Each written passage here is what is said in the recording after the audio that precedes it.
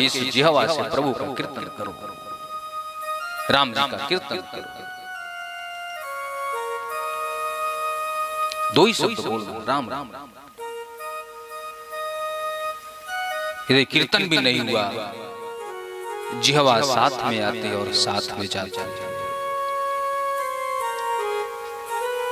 इसलिए दिया गया है कि आते समय भी जो बालक रोता है, हम लोग कहते हैं कि वो तो दर्द के मारे रो रहा है, दर्द के मारे भी रोता है, लेकिन शास्त्रों ने बड़ी अच्छी बात कही है कि वह बच्चा जैसे ही पृथ्वी पे आता है, वायु यहाँ पृथ्वी मंडल की जैसे उसको हवा लगती है, जैसी हवा लगती है तो रो करके पूछता है कि मैं कहां पे आ गया। तस्यो प्रसन्न मग्धुम जगदिच्छयात नाना तनोर चलत चनार बिंदम। वह जो 7वें महीने गर्भ में निवेदन किया था कि महाराज पृथ्वी मंडल पे मैं नहीं जाऊंगा, वो मोह माया में फंसने में नहीं जाऊंगा, वो निवेदन किया था गर्भ में। आज जैसे जन्म लिया तो अभी उसकी आत्मज्ञान की चेतना जागृत है और कहता कि मैं कहां पे आ गया, तो पूछता है। और हम लोग सोचते हैं चलो लाला हो गया, रो रहा है, खुशी मना। यही संसार की उल्टी रीति है। जब उसको कष्ट हो रहा है तो सारे संसार वाले हंसते हैं, तो जब हमारे दुख में संसार वाला हंसता तो हम उसके साथ क्यों रहें, परमात्मा कीर्तन क्यों न करें। ब्रह्मा जी ने सारे पुराणों को एक तरफ रखा, श्रीमद् भागवत महापुराण को दूसरी तरफ रखे। अपनी गंभीरता के कारण, अपनी प्रतिष्ठा के कारण जिस तरफ श्रीमद् भागवत महापुराण था वह पलड़ा झुक गया। ब्रह्मा जी ने श्रीमद् भागवत महापुराण को प्रणाम किए और ऋषियों से कहते हैं कि ऋषि मंडल, आप लोगों से निवेदन है कि इस पुराण को मात्र एक ग्रंथ मत मानना। यह पुराण कोई एक पुस्तक नहीं है, कोई एक पत्रिका नहीं है, कोई एक ग्रंथ नहीं है। भगवान गोविंद की यह वाणी रूपी प्रतिमूर्ति है। जो भगवान ने शब्द बोले हैं, आकाश मंडल में आज भी कृष्ण के जो उपदेश किए थे कन्हैया ने, उस ध्वनि को खोजा जा रहा है, बड़े बड़े वैज्ञानिक खोज रहे हैं। जो कन्हैया ने कुरुक्षेत्र में उपदेश किया, वो भगवान के जो शब्द वायुमंडल में घूम रहे हैं, आज भी उस पर खोज चल रहा है कि शायद भगवान के वो शब्द पकड़ में आए।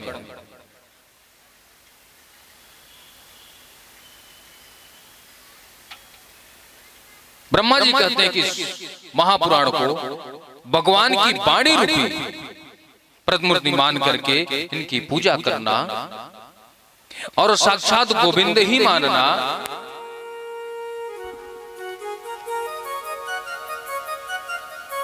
सारे ऋषियों को आदेश दिया।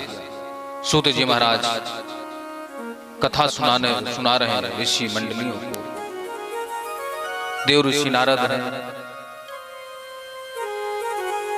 अनेक जगह गए, घूमते घूमते पृथ्वी मंडल पे आए। पृथ्वी मंडल पे भी भ्रमण किया, बड़े चिंतित होकर के आकाश मंडल में जा रहे हैं। बद्रिकाश्रम क्षेत्र में पहुंचे,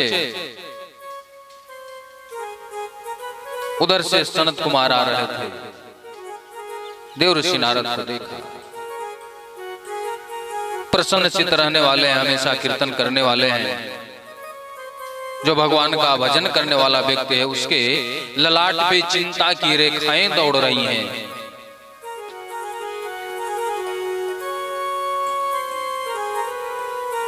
सनत कुमारों ने कहा कि महाराज आप तो भगवान के मन कहे गए हैं और आप इस तरह से चिंतित होकर के कहां जा रहे हैं।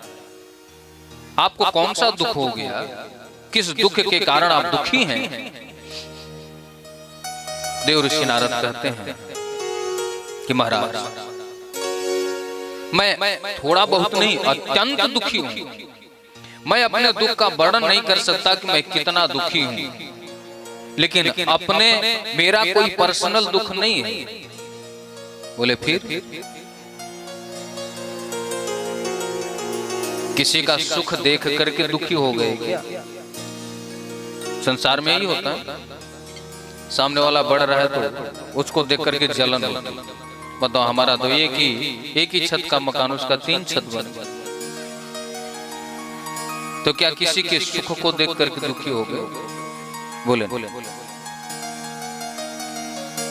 देव ऋषि नारद वर्णन करते हैं कि महाराज मैं पृथ्वी मंडल पे भ्रमण करने के लिए गया, तीर्थ स्थानों में गया, जहां देखता हूं वहां पर दुख ही दुख दिखाई देता है। अरे ऋषि मुनि साधु संत सब दुखी हैं। कहते हैं कि तीर्थ स्थान में जाने के बाद कल्याण हो जाता है, एक बार गंगा जी में स्नान करने के बाद कल्याण हो जाता है, एक बार राम बोलने के बाद कल्याण हो जाता है। और आज एक बार नहीं, हजारों बार लगा दिया। वो परिक्रमा करते करते पैर घिस गए, लेकिन दुखी दूर नहीं होते।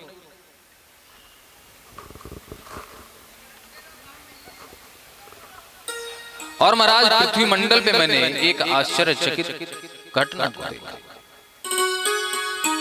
एक युवती बैठी हुई है, उनके पास सामने 2 पुरुष मूर्छित अवस्था में पड़े हुए हैं। दोनों पुरुष वृद्ध हैं। वह युवती रो रही है, और जैसे नारद जी को देखा तो युवती कहती है, भो भो साधो क्षणम तिष्ठ, हे साधु आप क्षण भर के रुक जाइए।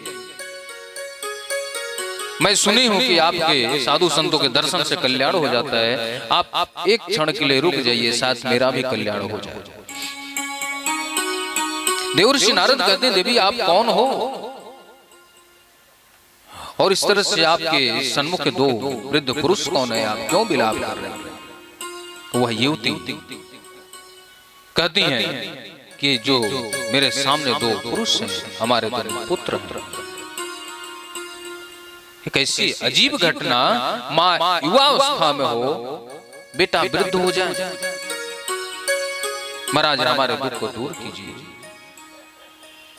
भक्ति माता अपना परिचय बताती हैं, उत्पन्ना द्रविड़े साहं वृद्धिं कर्नाटके, द्रविड़ देश में उत्पन्न हुई, कर्नाटक आते आते वृद्ध हो गई। महाराष्ट्र गुजरात में जाते जाते शरीर जीर्ण हो गया। वृंदावन में आई तो मैं अपने युवा अवस्था को प्राप्त कर गए, लेकिन जो हमारे सामने हमारे पुत्र हैं वो दोनों मूर्छित पड़े। इनका नाम, बोले इनका नाम ज्ञान और वैराग्य है। कलयुग में ज्ञान वैराग्य वृद्ध हो चुके हैं, थोड़ी बहुत बची है तो भक्ति बची, वो भी भक्ति में कपट आ गया। दिखावे के भक्त बहुत ज्यादा मिल जाए, वास्तविक भक्त बहुत कम। भक्ति माता ये सूत जी से प्रश्न चल रहा, महाराज ऐसा क्यों हुआ? नारद जी कहते हैं, हरि क्षेत्रम कुरुक्षेत्रम श्रीरंग सेतु बंधनम, हरि क्षेत्र कुरुक्षेत्र श्रीरंग सेतु बंधन, रामेश्वर बद्रीनाथ केदारनाथ, जहां भी गया वहां पे लोग दुखी दिखाई दिए। कोई अपने बेटे से दुखी है, कोई अपने बाप से दुखी है, कोई पति से दुखी है, कोई पत्नी से दुखी है, कोई पड़ोसी से दुखी है, कोई अपने आप से दुखी है। तो महाराज इसका कोई उपाय नहीं? सनत कुमार कहते हैं कि आपने कुछ उपाय नहीं किया? बोले मैंने तो किया। जैसे युवती प्रार्थना करते हैं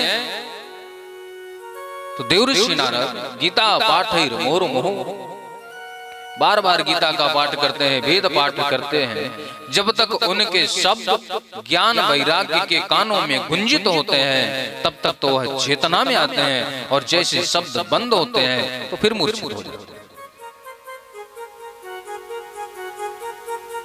मतलब समझा? यदि प्रभु का नाम आपके साथ रहेगा तो आपका ज्ञान वैराग्य सफल हो सकता है। और आपने सोचा कि मैं बहुत बड़ा ज्ञानी हो गया, भगवान से क्या मतलब है, तो नरक में गिरने से कोई बचा नहीं सकता। और मैं तो बहुत बड़ा बैरागी हो गया, भगवान से, भगवान के भक्तों से क्या मतलब है, भक्ति से क्या मतलब, गड़बड़। जब तक वह गीता का पाठ, वेद पाठ, कृष्ण नाम ध्वनि ज्ञान वैराग्यों के कानों में गुंजित होता है, सुनाई देता है, तब तक तो चेतना रहती है, और जैसे शब्द बंद हो फिर मूर्छित। पर आज मैंने प्रयास किया, मुझे ऐसा लगता है यद फलम नास्ति तपसा न योगेन समाधिना यद फलम लभते सम्यक कलौ केशव कीर्तनात्। कोई कितना तपस्या कर ले, कोई कितना समाधि लगा ले, कितना तीर्थ यात्रा कर ले, कितना पूजा पाठ कर ले, लेकिन जो फल केवल कृष्ण नाम से मिल सकता है वह किसी से नहीं मिलता। मुझे ऐसा लगा तो मैंने ये किया, कीर्तन किया, लेकिन महाराज तभी तक चेतना था जब तक कीर्तन सुनाई देता था, फिर तो मूर्छित हो। अब उनको हमेशा के लिए जागृत अवस्था में लाने के लिए क्या किया जाए? जो भगवान के भक्त होते हैं, साधु संत, जो बैरागी साधु संत हैं, आडंबरी नहीं, वो हमेशा प्रार्थना करते हैं परमात्मा से कि परमात्मा